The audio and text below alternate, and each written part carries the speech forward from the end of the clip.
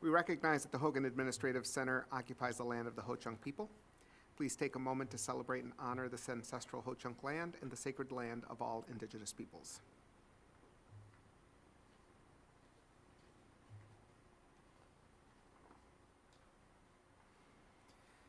Will the Secretary please call the roll? Mr. Alberts? Here. Mr. Begneski? Here. Ms. Berkedal? Here. Dr. Garcia? Excused. Dr. Jimenez? Here. Mr. Manka? Here. Mr. Neumeister? Excused. Dr. Sprague? Here. Ms. Sukla? Here. A quorum of the Board of Education is present, so the regularly scheduled meeting of March 17th, 2025 is called to order, and we'll have the Pledge of Allegiance. Please stand and face the American flag.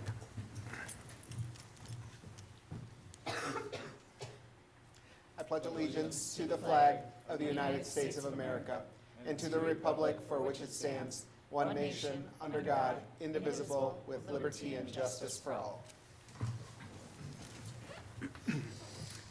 Tonight's agenda has previously been distributed to the board, and I'd entertain a motion with a second to approve the agenda as submitted. So moved. Is there a second? Okay, moved by Mr. Bagniski, seconded by Dr. Sprague to approve the agenda as presented. All those in favor, please signify by saying aye. Aye. All those opposed. Motion has carried, and we'll move on to public speakers. We do not have anyone registered to speak. So we'll move on to our school showcase, where we'll have our District Communications Director, Nick Marcoux, present to us. Welcome, Nick. Thank you. All right. We're going to pop some stuff up on the screens for you real quick. There you go. All right. I am Nick Marcoux. I am your communications coordinator for the School District of La Crosse. I bring 25 years of experience in television, film, news, and school communications to my role. Our department has led video projects recognized with dozens of state and national awards over the 10 years that I have spent in the district. Little bit about my past. I am definitely a Mr. Rogers neighborhood kid. That PBS was my jam when I grew up. So my favorite part of that whole show was when they would leave the house, they would go out into the neighborhood, and you would learn how color crayons are made, why guitar sounds like they do, how the post office works. So I bring all of that love of that magic and the kind of ordinary to my role here in the School District of La Crosse. Our department's role, we help make our district shine. So we showcase district opportunities, student and staff success, and community partnerships. We do a lot to capture stories inside of all the buildings to highlight the kids, the teachers, through video, photography, social media, public and media relations. We lead a lot of the strategic and crisis communication support for the entire district at a district-wide level and also a building level.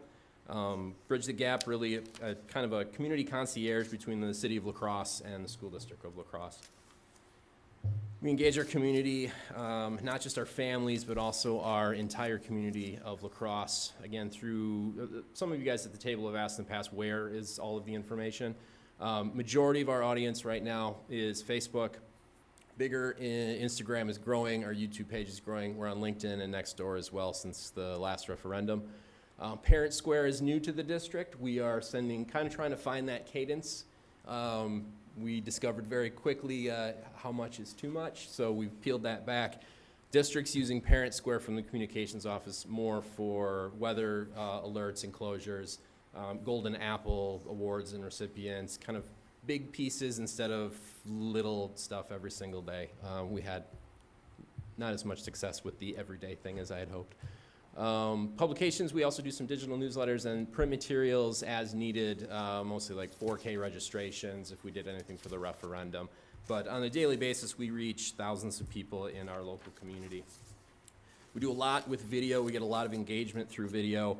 One of those is we like to go out and do stories about student advocacy. So kids of any age in our district making a real world impact to make La Crosse an even better place. So this first one I'm going to show you, it's a Classroom Minute. Classroom Minute is a series we've had for the last probably 8 years. Award-winning on a state and national level. They are always 60 seconds to the dot. They tell stories of individual programs or classroom projects. This one is State Road Elementary School's Riders for Change. So it's fourth graders decided they wanted a bus stop, Up City MTU bus stop closer to the State Road Elementary School for kids with little legs who are inside of that 2-mile boundary and can't take the school buses. So please enjoy. So what started out as a way to try and get kids out into the community, we looked at the public transportation system, and there's a lot of families even within our 4th grade classrooms that rely on public transportation. The bus stop is pretty far and it's like a long walk. And some kids are like younger and have littler legs. We wrote letters to the mayor, to our superintendent of schools, to the bus director to say this is what could make the community better, in hopes that within the next year we'll see a bus stop closer to State Road Elementary. I think it's important for everyone to like use their voice because not everyone has enough transportation or the right transportation to get to where they need to be. I hope that they know that their voice matters in little and big ways, because that's how we make things happen and that's how we make the community better for everyone.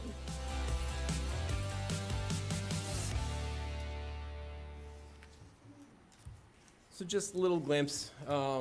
They've not gotten the bus stop yet. They're still working on it. The kids are following up with everybody. They had a nice meeting with Dr. Engel. They've had conversation with the mayor's office, and they do follow up. So they're working on it. So I will report back if they get it, which I hope they do. Collaboration for us is definitely a key. So we work really closely with a lot of different partners, that concierge piece. So a lot with local media, community, state, and national organizations.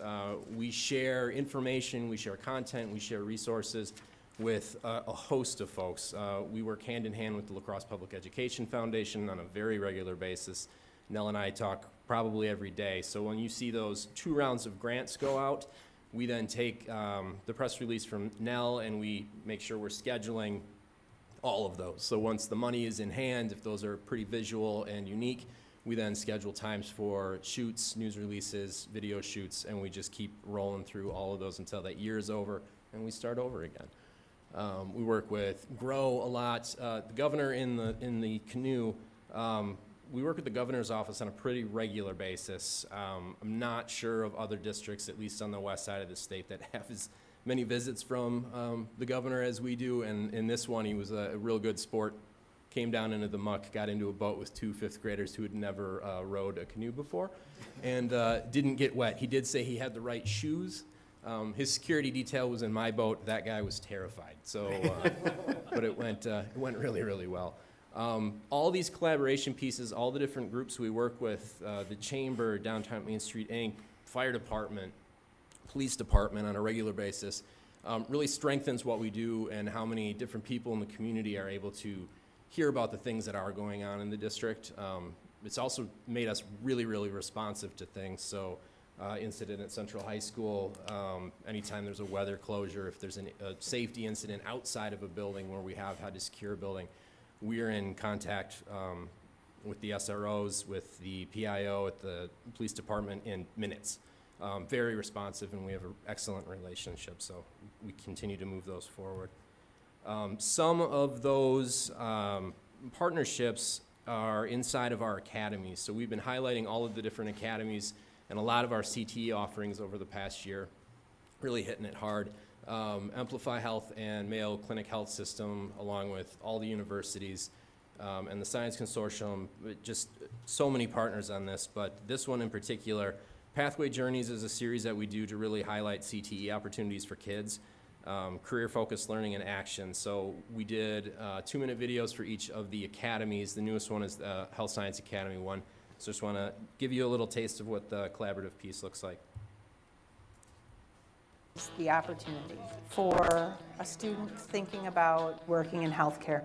They're going to have opportunities that no other high school students in the area will have.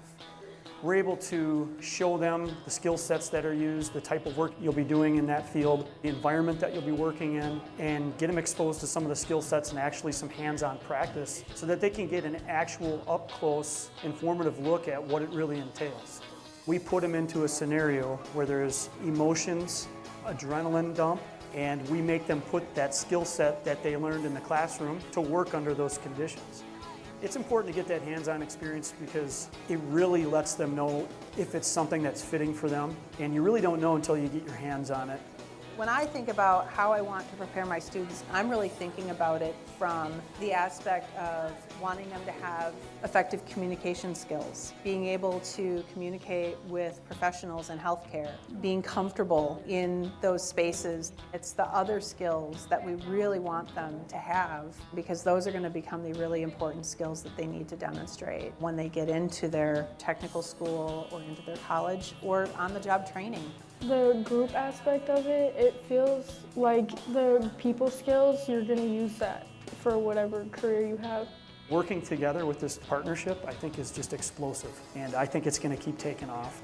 If you have the opportunity to do the program, then you definitely should, because even if you're not looking to go into the healthcare field, it opens your eyes to so many different careers that you could go into that aren't working directly with patients.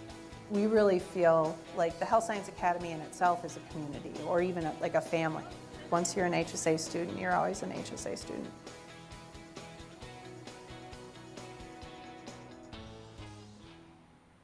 Couple notes on that. Jim Hillcoat from the fire department, superhero in real life. It's really weird, but he's awesome.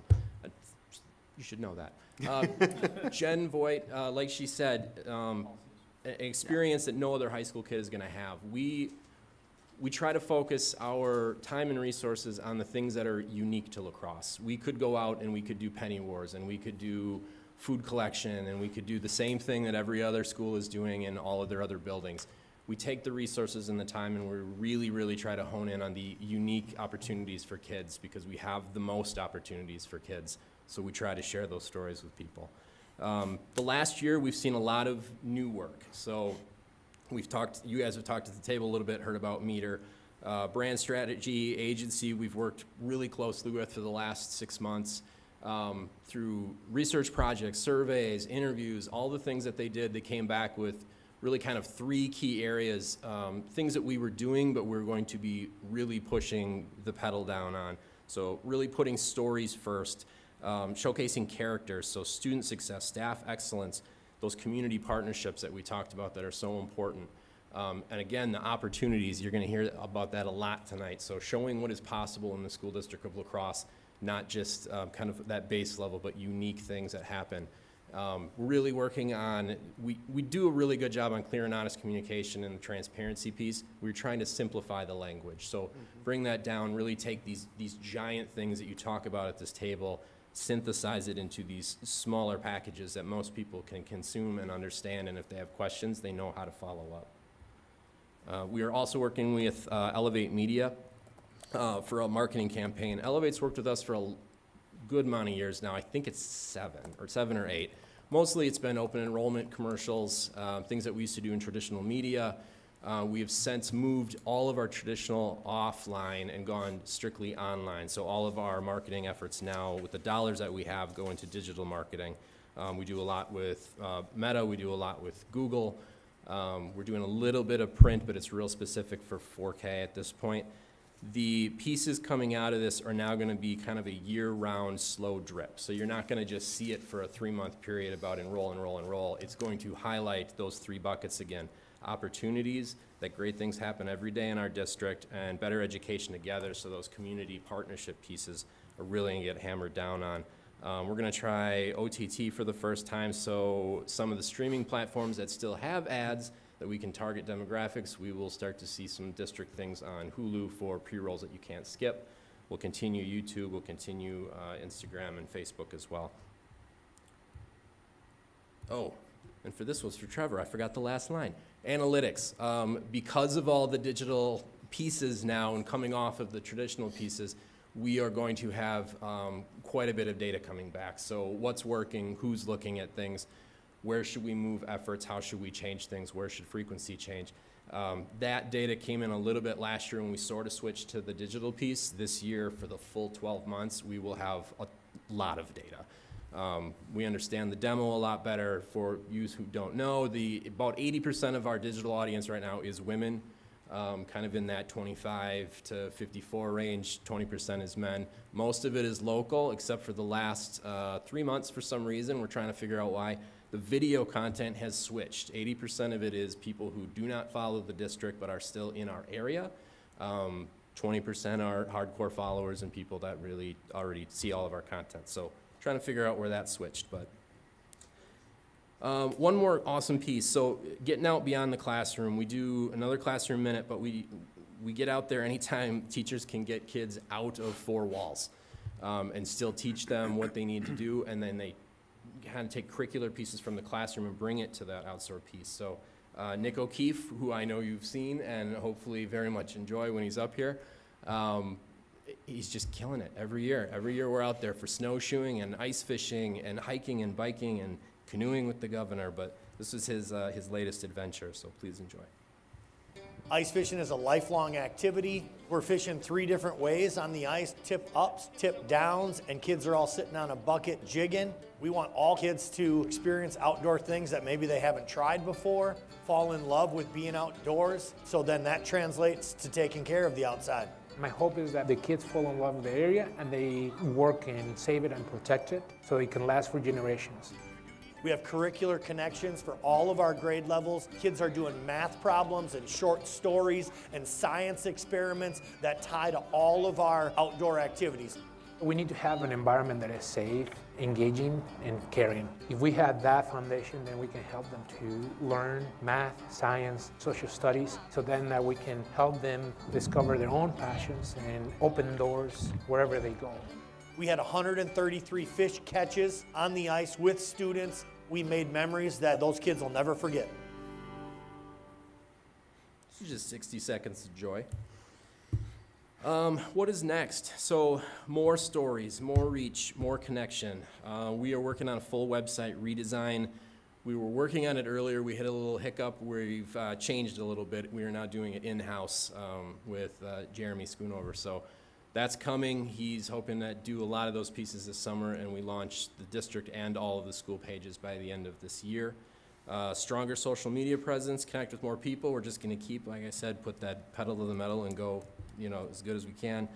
More video storytelling. We're getting a lot more engagement. Coming from film and TV and news, this part drives me a little crazy because I like things to have a look and to have a feel and take the time, and it's all of the effort.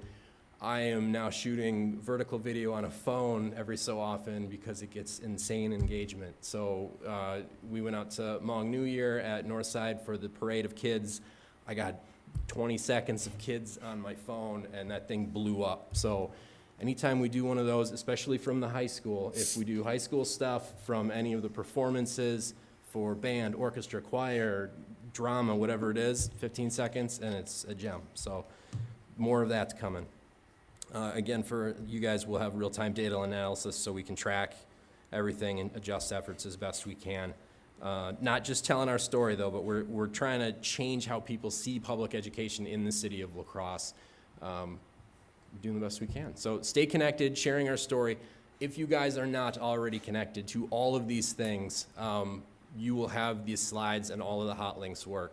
I encourage you to go follow all the things, engage with all of the content, share all of the content, help spread the word, be cheerleaders from this table for this district. It means so much coming from the public face of this school district to hear about good things that are happening in the buildings. Especially, I love the 3 of you guys so much, the student folks, because I think we talked at Band Extravaganza, but when you guys bring up stuff at this table, I am watching at home and I am writing down notes and I am contacting teachers and principals and I'm showing up in your buildings. So please keep those story leads coming in because I very, very much appreciate it. That's my spiel. There's my contact. Do you have any questions for me? You can shoot me an email, a text, whatever you want, or you can ask now. Trevor. I'm surprised. Thank you for preempting my question about the metrics. That switch to going like almost fully online feels like a really big decision, and I'm glad that we're going to be looking at, when we take on a partnership, even with a local firm like Meter, which I think is a great opportunity. Like, I'm glad that we're approaching that with the mindset of wanting to make sure that we're maximizing what the return on that investment is.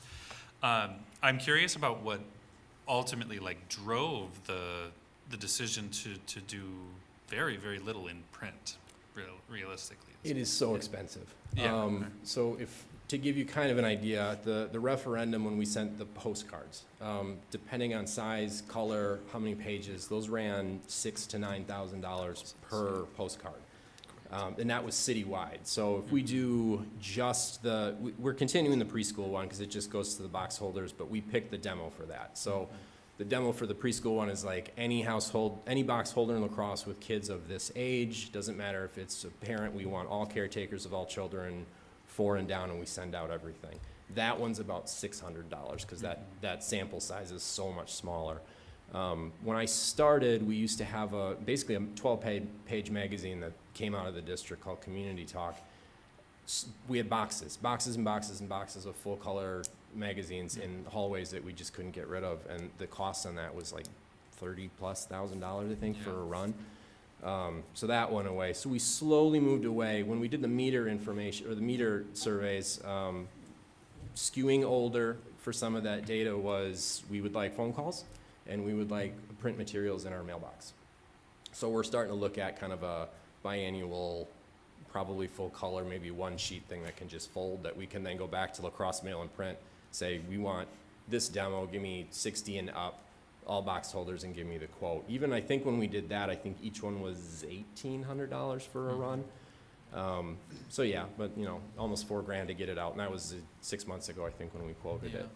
But the digital piece, when we talked to Elevate 2 years ago and we started to switch to digital, we found out, to my chagrin, that we were the final traditional advertiser through Elevate Media. All of their clients had pulled from traditional and switched it to digital for that analytics piece. So it was so much harder to go through a TV station and run a traditional air schedule and be like, I need to know who saw this. I need to know who watched it. I need to know who clicked on a thing. There is none of that information, so we made the switch. This year was fully, so scripts are back. There'll be a lot of 15s, and a lot of the placement will be Meta, so we'll get Instagram and Facebook.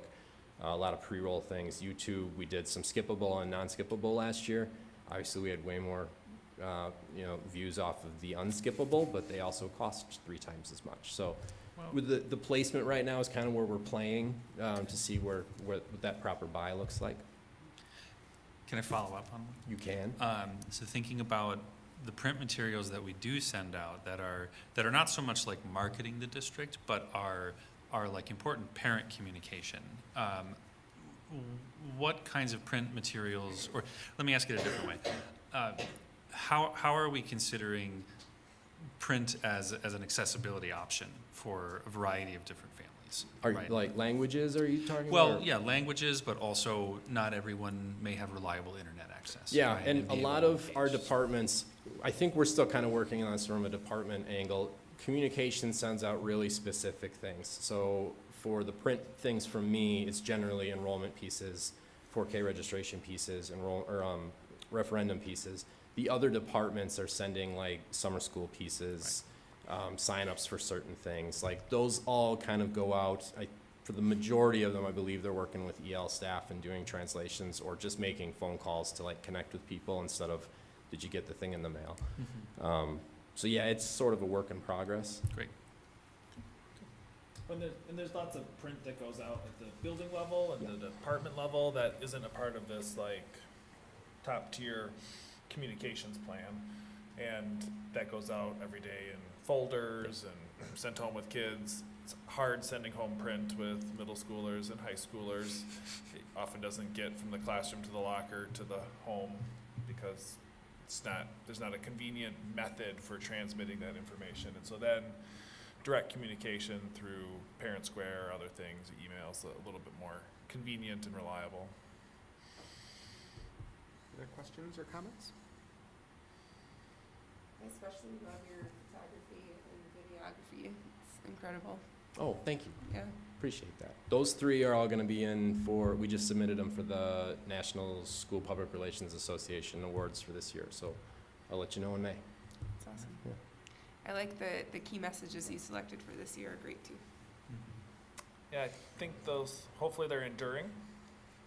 Yes. The meter research really brought a lot of that to the forefront. I mean, that was kind of our mission pieces moving forward as we've done for the last 10 years, but the data came back with very much like teachers and kids, we want to hear about them, unique opportunities, and community partnerships that make the district tick. So we've identified so many of those, not just inside of CTE, but we work with our performing arts folks and pretty much anybody that will let me know. And we've changed the ask of staff. It used to be kind of a generic what's going on in your school email that went out, and we've altered that now to kind of a once a month communication that goes out with prompts. So it's more of, what does community look like inside of your school? Is it kindergarten daily meeting? Is it an after-school club? Is it a partnership with somebody in a downtown business that you're having kids come down and work with? What does opportunity look like in your school? So we're taking a lot of the pieces out of our mission and vision and using those as prompts for staff. The first prompt we sent out was the community one, and generally I would get back, you send an email to 1,000 people. 1,000 people think someone else is going to answer it for them, and I'm good. And it'd be the same kind of 12 people, and they're always helpful. The first prompt came back with, I think it was 75 responses, and about 50 of them were people I've never heard from before. So we've had a lot. There's a stack on my desk now of things we're working through, trying to coordinate and the logistics of getting to a shoot for something. So you're building your questions off your key messages? Yes. That's cool. I'm gonna steal that at work. Anybody else? I think one of the questions I might have for you is, even though we may have reduced the amount of print that we're producing, I doubt that the budget has reduced, given how much digital advertising can cost, depending on how you go about it. It is a little cheaper. It's much cheaper than traditional was. It's definitely cheaper than print was. The nice thing is too, we are picking our demo, we are picking our access point. So we can go in and really focus, like, do we want this zip code, this area of La Crosse? Do we want to come outside of La Crosse and hit a little bit for, specifically for CRVA, we're doing some pieces right now where it's not targeted for our buildings, so we're not taking our own kids, but it's very much inside of CISA 4. So we were able to kind of pick the demo and the location so we're not cannibalizing our own student population.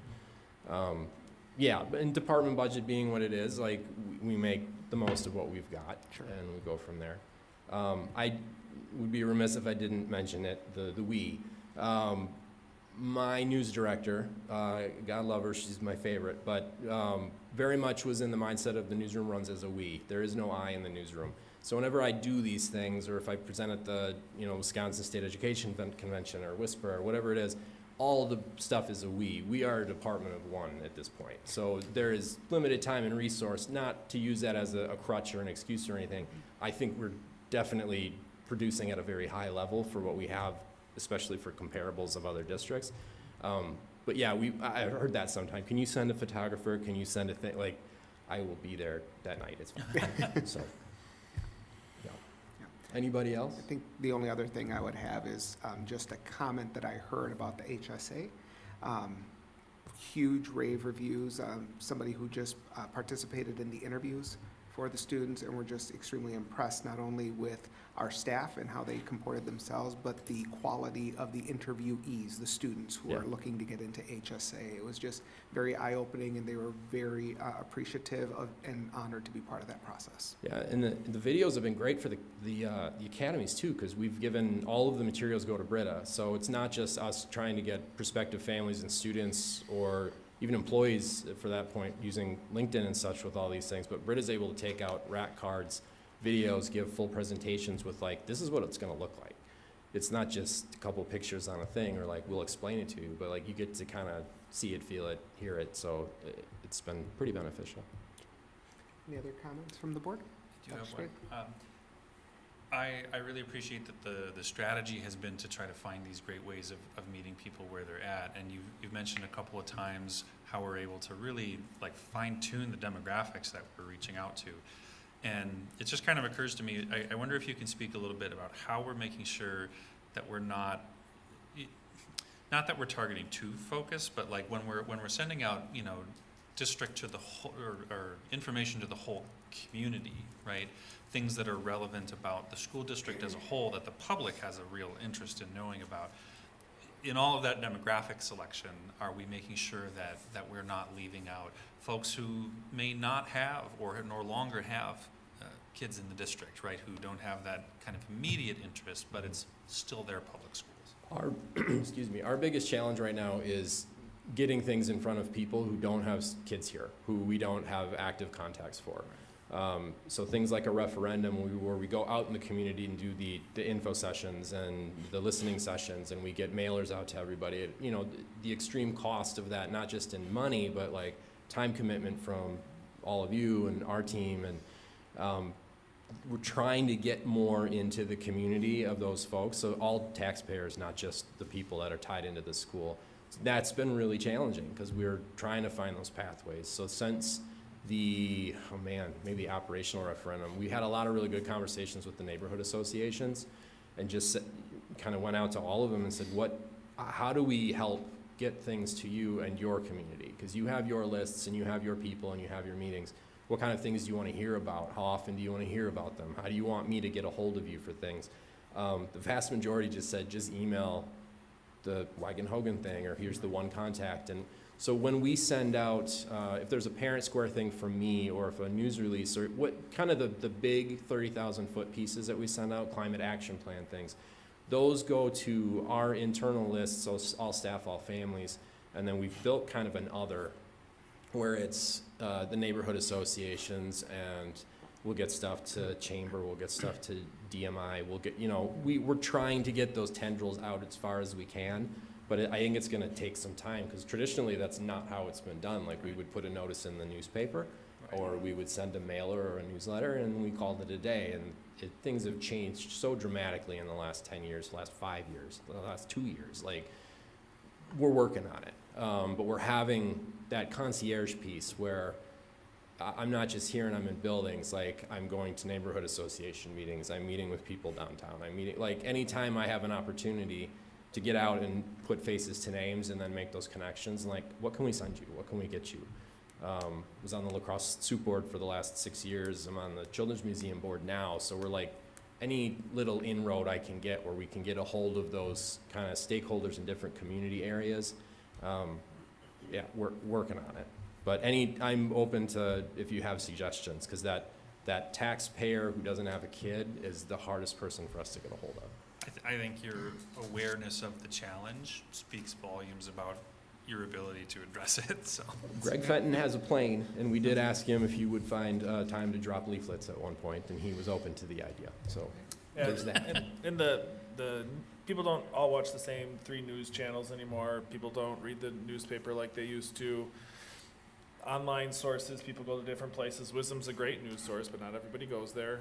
And so then you're left with social, and you have to opt into social, to get that stuff. So that ends up being an internal audience. And even if you're a legacy person, if you don't have kids and you're not looking at that stuff anymore, the algorithm feeds it out of your view. It doesn't keep it in your view if you stop looking at those sorts of things. The only real way to hit everybody now is direct mail. And like Nick said, we're contemplating reestablishing a biannual newsletter at kind of like critical times, but it comes at a substantial cost. And it's labor intensive too. Yeah.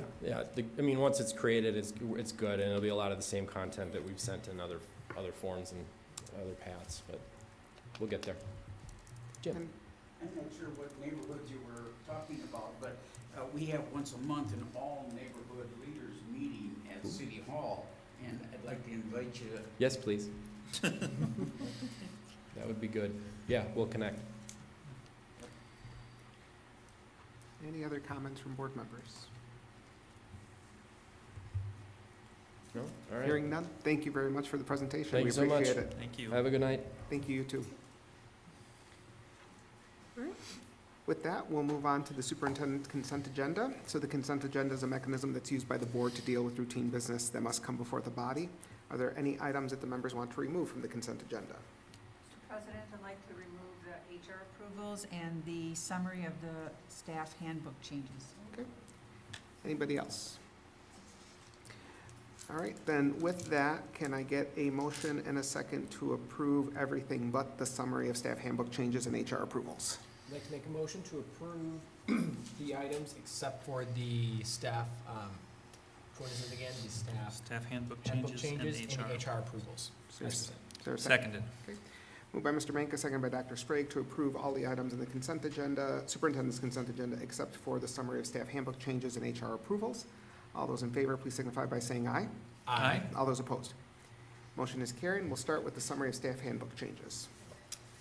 My question is, what involvement have staff had in these changes? Are they aware of them? Was there a committee that looked at them? Or is this just something that we hand out to them and this is what they live with, which legally we can do? How does that work as far as staff awareness of these changes? Yeah, I mean, the typical approvals are, resignations, retirements, those are all Actually, we're standard. talking about the staff handbook. Oh, staff handbook? Yeah, Oh, not I HR. apologize. Yeah, we've got a great process with the staff handbook. So we meet with all of our employee groups 3 times a year, at least, as a part of our joint leadership process. And we bring all of those changes here at our spring meeting to all of the groups. And we go all through them line by line with everyone and talk about what it means and why. Kind of discuss if there's better ways to do things. Sometimes the interest in a change will come from our employee groups, our teachers, our administrative assistants. Sometimes it comes from administration. We work through what it means to incorporate that change. Sometimes we'll make a change mid-year when we see something that's really not working anymore or is, doesn't fit our current operating, and we'll make it an administrative change for a period of time, but it'll get added to the handbook later on once we go through the annual process. And so our staff are right at the table talking through all of this throughout the school year as we go. Is there a mutual agreement with the staff then on all of these issues? Or are there any issues that we just kind of have to make tough decisions on? These are all mutual agreement issues. There's nothing in here that I remember as being where we disagreed in terms of the outcome. The one maybe that would impact people is holidays for some of our support staff. Aligning the number of holidays to what is typical in our area and also aligning it so it's similar across groups. We had some disparities from some kind of legacy practices that we needed to clean up. But that was it. There wasn't disagreement about that, just a good conversation about why. Yeah, the ones I read, I thought were right in line with what they should be. I don't have any concerns with them. I just want to know what employees' involvement was. So I'd make a motion to approve the changes to the employee handbook. Second. Moved by Ms. Sukla, seconded by Dr. Sprague to approve the summary of staff handbook changes. All those in favor, please signify by saying aye. Aye. All those opposed. Motion is carried. We'll move on to HR approvals. So with retirements, there's a lot of great people retiring every time, and I don't want to not recognize so many good staff, but having been at this table longer than anybody else,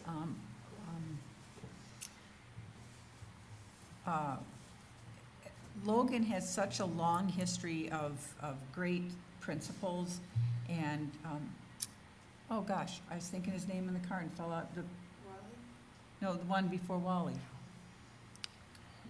Oh, Scott Mahalik. Scott Mahalik, thank you. It was right on the tip of my tongue, I couldn't think of it. He had such a culture and when you go to back then when we even go to the different graduations, you could just feel the difference in the cultures in the high schools. And the culture he had nurtured at Logan was so awesome. And so when he left, I'm like, oh my gosh, those are big shoes to fill. But Mr. Genevico has just stepped up in such a great way. He's continued that cohesiveness, the strong feeling of a community at Logan. You can tell when you talk to the students and the staff there, the support that they all feel for one another. And I just want to just recognize his years of great work that he's done. It hasn't been easy to bring so many disparate opinions and parties together, but really to build that community. And he's going to leave very big shoes to fill. And so I just want to make that comment. Yes. And congratulations to all the retirements. Here. I would add, Wally's been a great principal. We're very thankful to have him, and also excited for him to have this opportunity to retire. We all look forward to that, I think, at some point. At the bottom of the HR approvals, you'll see 3 new line items there. They indicate total vacancies, positions eliminated, and new positions or programs. as a way to respond to some folks' curiosity about where we're at in terms of like current vacancies or other things that are going on in the district. And so each month on the second meeting, you'll see this report. We'll have that little addendum there, so folks can kind of keep track of where we're at throughout the school year. I appreciate that. I was gonna remove this to say the same thing. I really appreciate it. And for certified staff, we're looking at a staff of over 600, probably 600 and almost 700 when you count everybody. And support staff is a staff of about 300. You know, so if you're looking for percentages or ratios, you know, that's where that stands. Make a motion to approve the HR approvals. Moved by Ms. Sukla, second by Mr. Bagneski to approve the HR approvals. All those in favor, please signify by saying aye. Aye. All those opposed? Motion is carried, and we'll move on to approval of the board consent agenda. Are there any items that the board members want to remove here? I'll make a motion to approve the items on the board consent agenda as presented. Seconded. Moved by Dr. Sprague, seconded by Mr. Manka to approve the items on the board consent agenda as presented. All those in favor, please signify by saying aye. Aye. All those opposed? Motion is carried. We'll move on to the matters reserved for board action and OE 10, operational expectation on learning environment, and we're here to approve the recommended changes. Dr. Engel, anything we need to point out there? We've removed interpretations like we have been as we go along and updating definitions of terms. There's a number of those in this one just to be accurate and also to ensure that we're defining the policy language, not the indicators below. And so there's some things that are removed, some things that are added, some things that are clarified. Questions or comments from the board?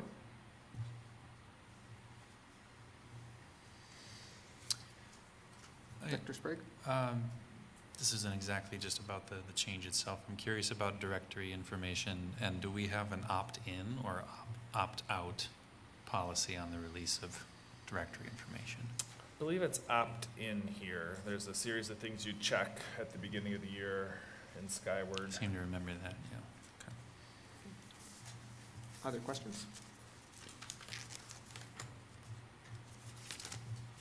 Hearing none, is there a motion? I'll make a motion to approve the recommended changes to the OE 10 Learning Environment Monitoring Report template as presented. Seconded. Okay, moved by Mr. Manka, seconded by Dr. Sprague to approve the recommended changes to the OE 10 Learning Environment Monitoring Report template. All those in favor, please signify by saying aye. Aye. All those opposed? Motion is carried. We'll move on to the policy approval to grant second reading for OE 11 instructional program. So I did miss the last meeting. My assumption is there's some discussion that happened at that meeting. Is there any more discussion that's needed before we move forward to grant second and, excuse me, second reading for policy approval? Yeah, just, yeah, I was gonna ask about Claire. They're both still here. I think we had more or less settled on the first option. Am I correct? Yes. Okay. I kept them both just in case there was more dialogue. Okay, thank you. So we're talking about in number 14, option 1, and number 15, option 1. Correct. Correct? Okay. Just so that we are clear. How do the executive orders, or how do you anticipate the executive orders impacting these statements, if at all?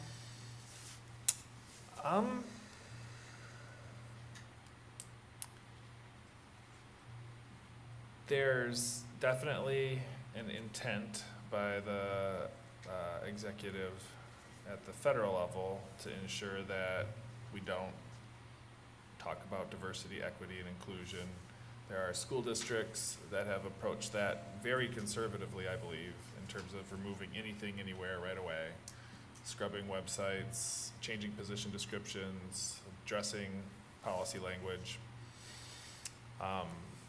So there are some who have, with their legal counsel, taken a very conservative approach and are nervous. There's a website on the Department of Education, that asks people to, report incidents where these things are occurring, where discrimination is happening. The way our policies are written, the way our job descriptions are written, I don't see there being any discrimination under federal law. We're not advantaging a group based on our policy or job descriptions or practices. We're not discriminating against somebody as a result. You know, it's merely awareness and opportunity. Everyone receives all of these things equally. And the benefit of these sorts of things extend to all parties, regardless of background. And so I think if somebody looks at face value and like, oh, that word is used, you're doing the wrong thing, they might misinterpret what's actually going on here because they haven't taken some time to understand how it's applied at the local level. And so I believe that there is pretty minimal risk in terms of us moving forward with this sort of a policy change or some of the other practices that we have. We're supporting all students equally in our school district, and all students have access to learning, support, individuals in our schools. So I don't see any real issues with this. That said, somebody may try to make an issue out of something, you know, based on the words that they see, as opposed to a better understanding. And so it could lead to potential scrutiny, for sure. We are a school district that absolutely cares about all kids, regardless of your background, your race, your ethnicity, your religion, your disability status. Like, every kid gets support in our school district. There's gonna be some risk probably for the foreseeable future. I also know that while they put up this portal to, you know, kind of request complaints, they also cut the Department of Education in half, and so there's no enforcement mechanism left. And so, you know, what are they actually going to be able to do, even if they do identify some concerns? They won't have anybody remaining to follow up on that concern to find out what's going on. And so it seems like right now the federal government's targeting particular schools that they had particular issues with. Well, Columbia University in New York, you know, being one of them that's been the subject of the federal government scrutiny. I have a hard time imagining them coming down to school districts the size of Crosse. There's, what, 95,000 school districts in the country, and 300-some thousand schools. It's a lot to worry about. But that's my initial thought. I feel comfortable moving forward with stuff here in the school district of La Crosse, pretty much status quo. Good. Other questions or comments? So the straw poll, is that what it's called, was people felt comfortable with number one for both? I didn't hear anybody. That's what I remember from last time. Yeah, I didn't hear anybody say no. Well, there was a vote for option number one that was approved at the last meeting, so this would be the second vote for option number one Yes. to move forward. So can I make a motion to grant second And final reading. and final reading for policy approval to operational expectation OE 11 instructional program for OE 11.14 option 1, OE 11.15 option 1. Second. Moved by Dr. Sprague, seconded by Ms. Sukla to grant second and final reading for policy approval to operational expectation OE 11 instructional program, which would include option 1 only for number 14 and 15. All those in favor, please signify by saying aye. Aye. All those opposed? Motion has carried. We'll move on to our next policy approval. The second and final reading for policy, for results R3 involves citizenship. And this is where we're just removing. I make a motion to approve the second and final reading for R3. Second. Moved by Ms. Sukla, seconded by Mr. Manka to grant second and final reading for policy approval to results R3 involves citizenship. All those in favor, please signify by saying aye. Aye. All those opposed? Motion has carried, and we'll move on to the linkage summaries. Any conversation here?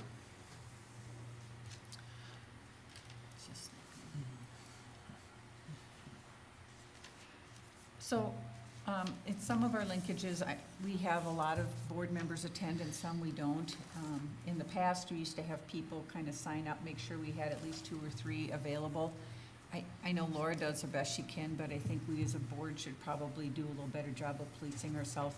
I appreciate individuals, I wasn't at either one of these, and I appreciate Jim being our sole representative, at least one of those, and I know there've been several linkages where Dr. Jimenez was our sole representative, but that would be my only comment is this input is so important and really drives so much of what we do and gives us the feedback we need. So how we can make sure that our audiences know that the board cares by having more of us available is important. I wasn't at the last two, though. As much as I'm lecturing, I wasn't at the last two, so. I just have a quick question too. Do we have any plans of any more perhaps online linkages in the future at all? We had one recently. I don't think we've done them historically. The board could certainly make that option available if the board thinks it would be useful for better attendance. So I know for me, like I lost my car last month for a good month, so it was kind of hard to access some of the things, but I want to try making more of an effort to get to more of these as well. But I know there are some people as well that might have similar issues, but it's an idea out Well, there. to Ms. Sukla's point, I think, is so long as board members are responding to the linkage calendar that Ms. Steigerwald sends out and at least attaching their names there, that would be really helpful to know who has signed up and who has not. When nobody signs up, we don't know whether that's, people are still gonna show up, Right. or they're not showing up and we should be canceling.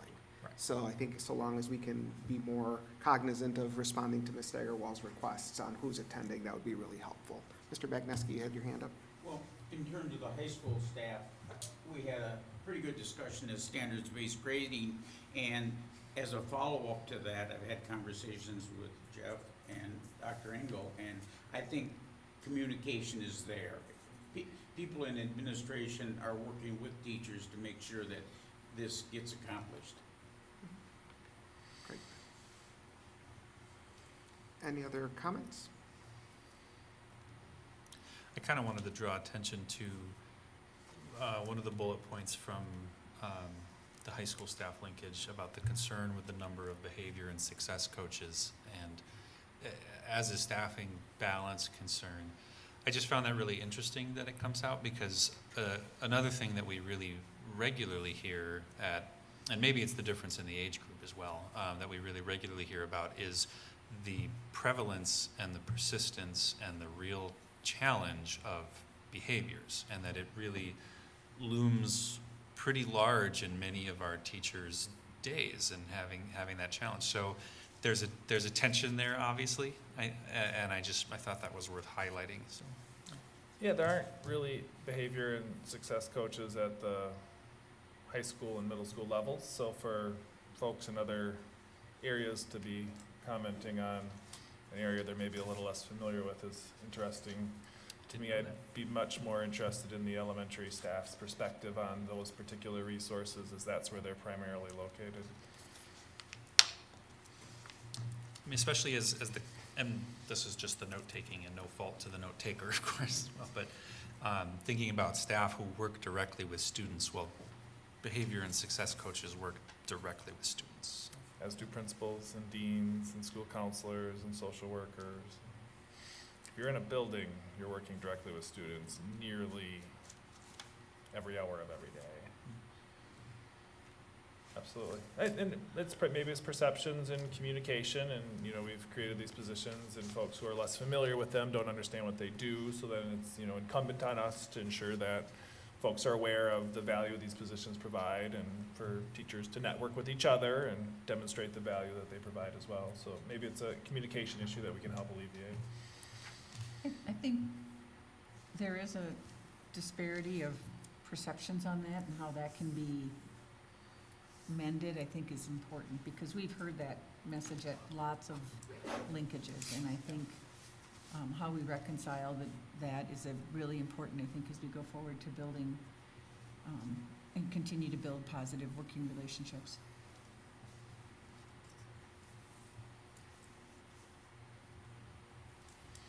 And I would point out, I think the support staff on the list of hires, it says one full-time district behavior support specialist. I thought that is a positive hire or hiring. I mean, at least we're looking at it. Absolutely. We're doing our best to respond to the needs that we're seeing at the elementary level, and we're seeing more significant behaviors that have impacted classrooms. The program that we had previously put in place to address kind of significant behaviors at the elementary school, we couldn't fill those positions anymore because the competitiveness for those types of roles disappeared on our end.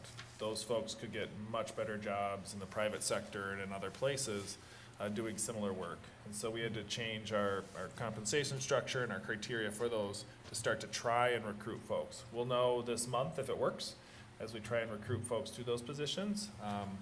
But at the middle and high school level, we have a lot of kind of different places and ways to address kind of difficult children's needs. We don't have a lot of those options at the elementary, and so this is our strategy, and so we're gonna have to keep refining it until we find a method that works.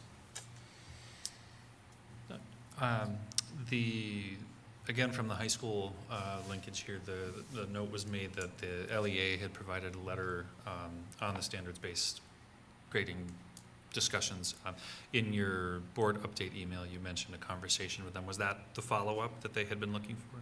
Yep, absolutely. Yep, we had a good meeting with LEA folks to talk about standards-based grading and the 3 primary areas of concerns that they had. We were able to put together a work plan to demonstrate resources and opportunities in those areas, both presently and in the near future. And so I think we've got a good plan for addressing those things. For a lot of the strategies that we put in place, teachers are at the table doing the work. So while we have concerns about report cards, it's a collaboration between teaching staff and administrators to find out what's going to work there. Limited by our systems to a certain extent, but at the end of the day, it's a collaborative endeavor with the folks who are doing the work and the folks who are trying to support the work. I just want to comment appreciation to President Jimenez for putting this on the agenda under action. These are really important conversations. I know we've talked about doing that, but it's nice to see that change. And I think it says a lot to the people that we do the linkages with, how important their input is to us. So thank you. I agree. Any other comments? How do you, I always, attending linkages, and when I'm not able to be there reading the reports, that's always information that's tough to digest, and it's frustrating to read. I'm just curious what your initial reactions are to reading some of this stuff is. I've been in education for a long time, in administration for a long time, and when I look at linkage notes, it's what I would expect of staff who have an opportunity to, address their concerns without anybody there who can do something about it. It's also a limited audience, right? Or a limited selection of folks who show up, who want to be there. As a principal, I would have my whole staff in front of me and what are the issues? And, as a principal, you could both address those issues, and everybody was there with all the perspectives in the room.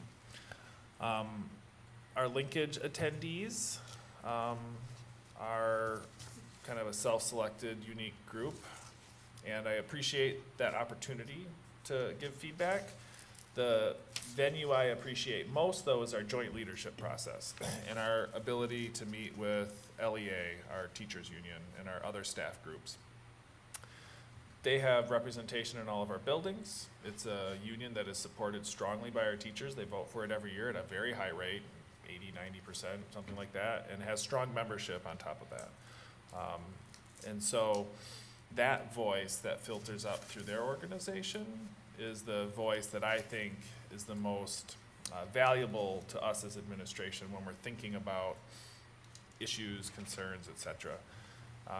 And I know the board has an opportunity to meet with LEA, the union, as well, and I think that's super valuable because it's all the perspectives of teachers from all areas. In a high school linkage, you might get a couple of classroom teachers, but you miss out on the voice of our specials teachers, our career and tech ed teachers, maybe the coaches, because they're all busy that night. So it's a unique subsection of folks, and so I think there are other ways that we're also responding to teachers that get a more holistic view from across our buildings, from across our teaching staff, that leads to change. And we're at the table and we're talking, and I believe if you talk to LEA, they would say we have a positive relationship and we're working together.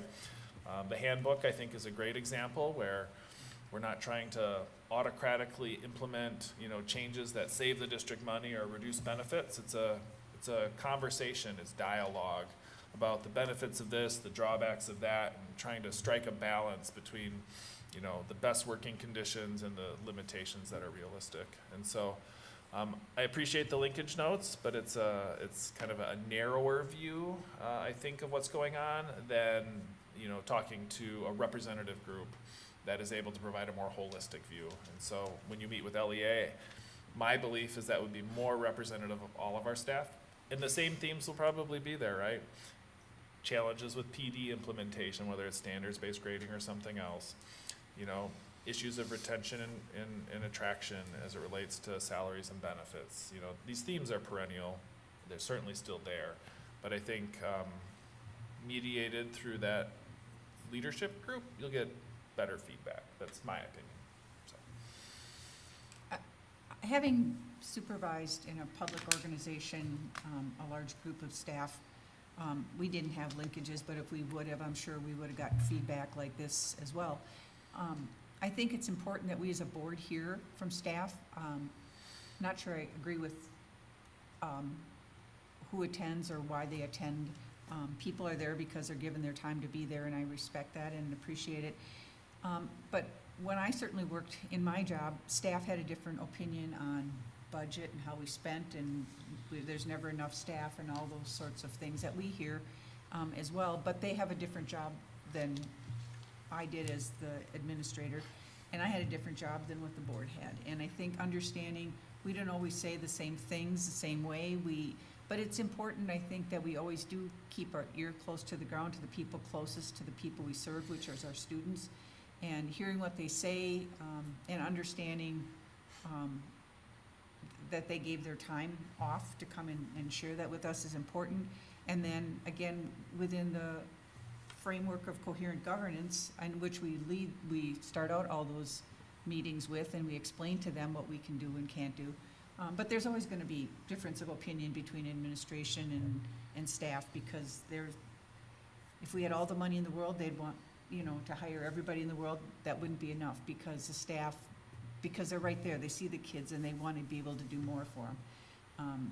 Administration has to live with limits of budgets and all those icky things. So there will be, I respect the difference, and I respect that we hear some negative things, but it doesn't lead me to believe that there's something wrong going on. So that would be my perspective, having gone to linkages for a lot of years, and to support both roles. And functionally, our joint leadership is a linkage with administration every single month for our teachers, and that has been a valuable process that I've really enjoyed. Mr. Bagneski? Does every school have a leadership team that meets once a month with the principal or the leadership building? Every building has a building leadership team. How it's structured or how often they meet can be different. My sense is they're meeting at least monthly, sometimes more, depending on what their needs are and what they're going through. I overheard a conversation about one of our building leadership team. They're talking about cell phone policies and what they want to do for next year. So they're active and engaged. It's ground up, teacher generated, administrative supported strategies on how to best run a building. And I think that's great, because every once in a while at some of those linkages with staff, you kind of hear the person is talking and no one's listening, and I don't think that should reach necessarily the board level. We have to listen, but at the same time, somehow that should have been, hey, I'm getting support here in my building. Dr. Sprague? Looking at the middle school linkage, it's not always all thorns. There's some roses here, and one I wanted to point out was the comment that was made apparently that we've made a lot of transparency gains over the last few years at a district level, and I think considering that was a real focus of ours at this table, it's glad to hear that coming out at the staff level. And I in particular appreciated the suggestion about seeing some communication changes for staff in advance of public announcements of things. I think that can be a really powerful idea, even if it makes the calendar challenging, because our staff are sometimes that point of first contact with those exact populations that are difficult to reach. And if they get questions about things and they've just found out at the same time, it's a lot harder for them to appear, even to be, part of the changes that are taking place, and to respond intelligently to those questions. Or follow up with folks like, hey, just want to make sure that you see Exactly. this email that's coming out today. Exactly. I think that's worth considering if we're not already. Yeah. And I don't know that we are. That would have been a good question for Nick. Yeah, communicating things, especially like big things, is really tough. As soon as you send it to staff, the whole world knows. So there is no such thing as like 2 tiers and somebody will keep it private. Even sending it to administrators, like you're not sure how public it will be. There are staff in our school district who immediately send stuff to the TVs. And so as soon as we put something out to one group, it's to all groups, and then that next group feels aggrieved that they weren't notified, or I got notified through the TV that X was gonna happen. It's like, yeah, that's wrong, and so it is a really delicate balance, and we will often time emails to go out in 15-minute increments so that we can at least say, you knew a little bit before the last group. But that may be the best we can realistically accomplish depending on the circumstance. And so I'm totally sympathetic to that teacher. And in a perfect world where everybody's confidential and does the right thing, not a problem. In the real world where people naturally want to tell folks that are impacted, much harder. That's fair. Other comments? And the only thing I'll add too is when, particularly when you talk to staff, and we hear things that aren't always, that we can't do anything about as a board, or that frustrations from staff, they are always presented to us very professionally, but and if it's something I can't do anything about, it helps me understand how hard their jobs are and what they do every day. Being a retired person, I'm kind of isolated from those things, and so, again, just hearing that, and again, even if it's something I can't do anything about, it helps me better understand how hard their jobs are and how passionate staff are, and what kind of great staff we have. It just really reminds me of those things. So some of these things that aren't always positive, I view them in a very positive way. Anything else? Is there a motion? Move to approve. Second. Moved by Ms. Sukla, second by Dr. Sprague, to approve the linkage summaries as presented. All those in favor, please signify by saying aye. Aye. All those opposed? Motion is carried. We'll move on to our information portion, operational expectations monitoring report cover sheet preview. Dr. Engel. In our conversations about trying to make things more accessible, more plain language, etc., and thinking about our monitoring reports, it's text heavy. You have to dig to find the graphics and other things that might make it a little more accessible. We've been playing around with some linkage or some summaries for monitoring reports, some cover sheets that would help summarize the kind of highlights that we can celebrate in our monitoring reports. And so here's 2 examples from recent monitoring reports, OE4 and OE10. Looking for initial feedback from folks, if this is something you like, if you want to see something more dense, and something that we would like to continue as we move forward, so that at the end of the year we would have 12 OE cover sheets and 2 results cover sheets that would highlight the great things that are going on in La Crosse in our school district, and kind of give people a quick overview, hey, these are some things you should know. So just looking for initial thoughts and feedback. This would be in addition to the report we typically. In addition to the report, it would serve as a cover sheet, hey, here's a once over, some great things you should see in here. Summary. Executive summary, yes. Mr. Bagneski? I think the student learning environment, they came back pretty good. 83, 94% agree or strongly agree. The one that maybe could improve, I think, is belonging. And I think that goes hand in hand with discipline. If a student feels like he or she belongs to that school, I think they're much better. So somehow they have to feel part of that organization, and so that might be something we could work on as a staff or district or whatever. Totally agree. More to the point, I think being able to see the data visualization makes it easy to respond a little more directly. So I like these. They're not cluttered. So you said these are going to be at the front of the report, like the OE reports. All right.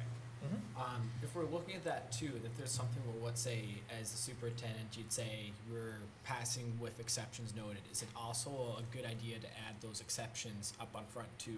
Not really just as a way to say like, hey, everything's doing great, but just say here's what we're doing to improve upon our district. That's a good point. Definitely something to consider. You could color code them in those you know, infographics. Yeah, our goal is largely celebration, to go on a treasure hunt here and highlight the great stuff, because it is the thing that our community may see more than the monitoring report. And so I'd have to think about, you know, the exceptions noted, how we capture that in there. Fully believe in transparency and letting folks know, you know, we've got warts and we're working on them, but we also want to highlight the positive as much as possible, to celebrate lacrosse, to change the narrative around what's going on in our schools. Absolutely, it's great to get both of them too, but I also think it kind of adds credit to us when we do point out like here's what we're working on. It adds more credibility for all of us here, and like we've had this discussion beforehand, though sometimes we might not get where we want to be, we're improving upon it, we're still able to build upon ourselves. And Could almost see like a next steps section where regardless of the policy, even if we're meeting off everything, like, hey, here's where our focus is for this next year. yeah. Any other comments? Hearing none, then we'll move on to the Wisconsin Association of School Boards 2025 Delegate Assembly Report. And really, this is just an opportunity for the board members to see what was adopted and what items may not have been adopted at the Delegate Assembly. Is there any conversation that the board members would like to have on these? So I want to thank Mr. Manka for stepping in as alternate delegate on the last minute to represent our district. Thank you.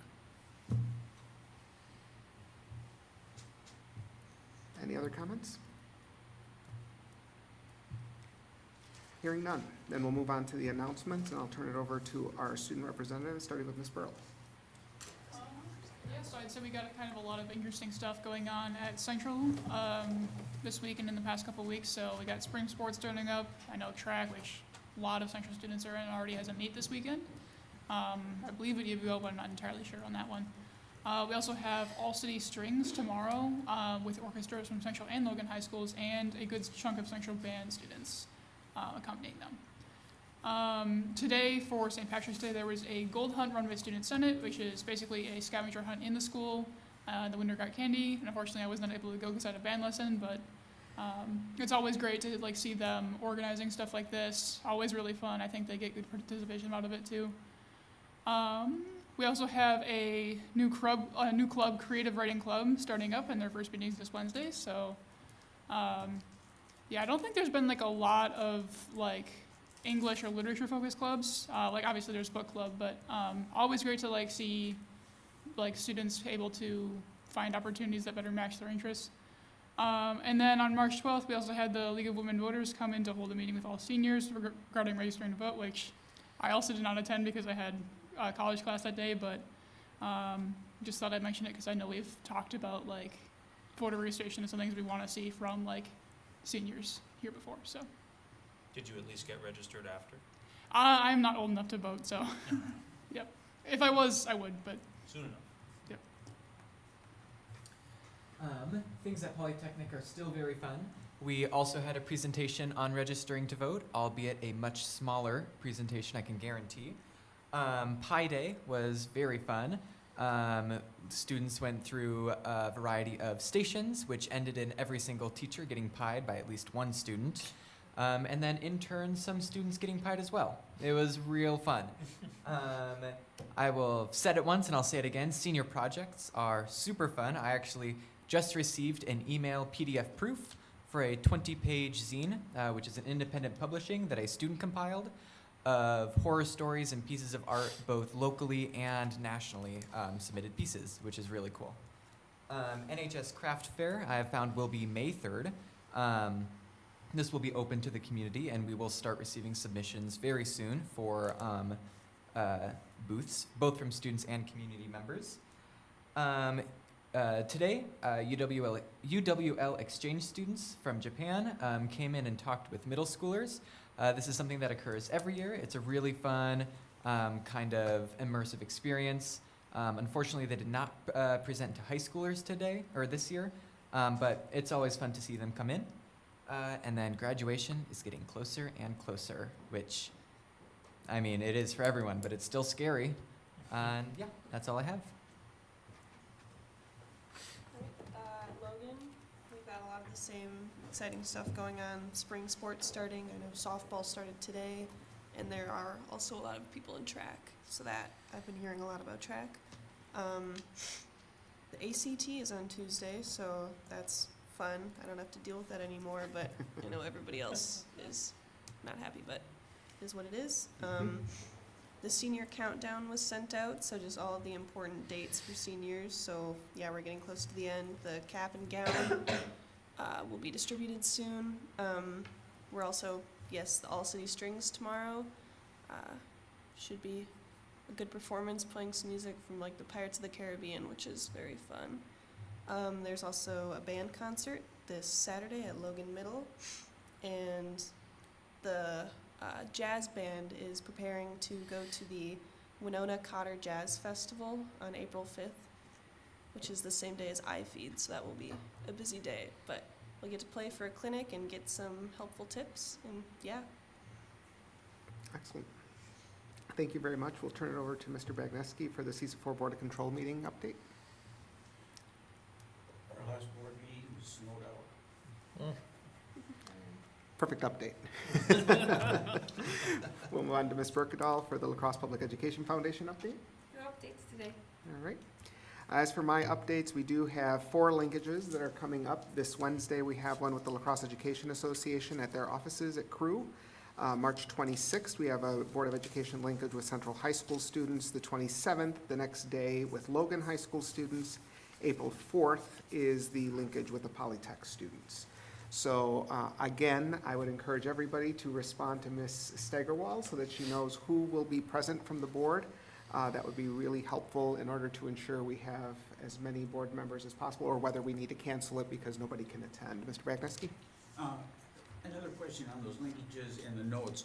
Do the building principals get those notes on the linkages? They're publicly available, but they're not sent specifically. I don't have a distribution list, no. And then the last item I have on my announcements is April 1st. Even though it is April Fool's, it happens to be the election day. So please make sure you are out and voting. That is not an April Fool's joke. We really would like to have as many people out voting on that day. So please make sure you take some time. And there's one less candidate. Yes, and there is one less candidate that Mr. Hunt announced his intention to not run anymore. Dr. Engel, your announcements. Our district visioning steering committee has met twice so far. Ms. Sukla is our board rep and has been doing a great job providing context and ideas for how to move forward. It's been a nice group of about 10 folks, and been putting together a survey, focus groups, and we'll be working on a calendar here this week, and hopefully collect information throughout April and May with an opportunity to analyze and bring forward stuff to the school board this summer. So very exciting, making progress. The only other thing I would offer up is that while there does seem to be some snow to the north of us on Wednesday, it will not probably be sufficient in La Crosse to close school. We'll monitor it though. Sounds good. All right, and then with that, we'll turn it over to our board debriefing. I believe Mr. Alberts. Yeah. I always enjoy the showcases. Those are kind of the thing I look forward to before the meeting gets started. If he was still here, I was going to mention that my minor was in telecommunications. So if you ever need somebody to work the camera, so the guy of one could turn into two. But I think it's almost been a year since I became on the board, and I think these meetings have drastically changed in the positive. There's a lot less disagreement, which is good too, but just the way everybody's treating each other is fantastic, so that's great. One thing that we need to work on is obviously linkages. We've all talked about that and trying to get better at signing up for them and showing up when we do sign up for them, so that's all I got. Thank you. And so we will be moving into a workshop here in this room after our adjournment, so we can take 5 minutes and then be back in here for our workshop. And we are adjourned.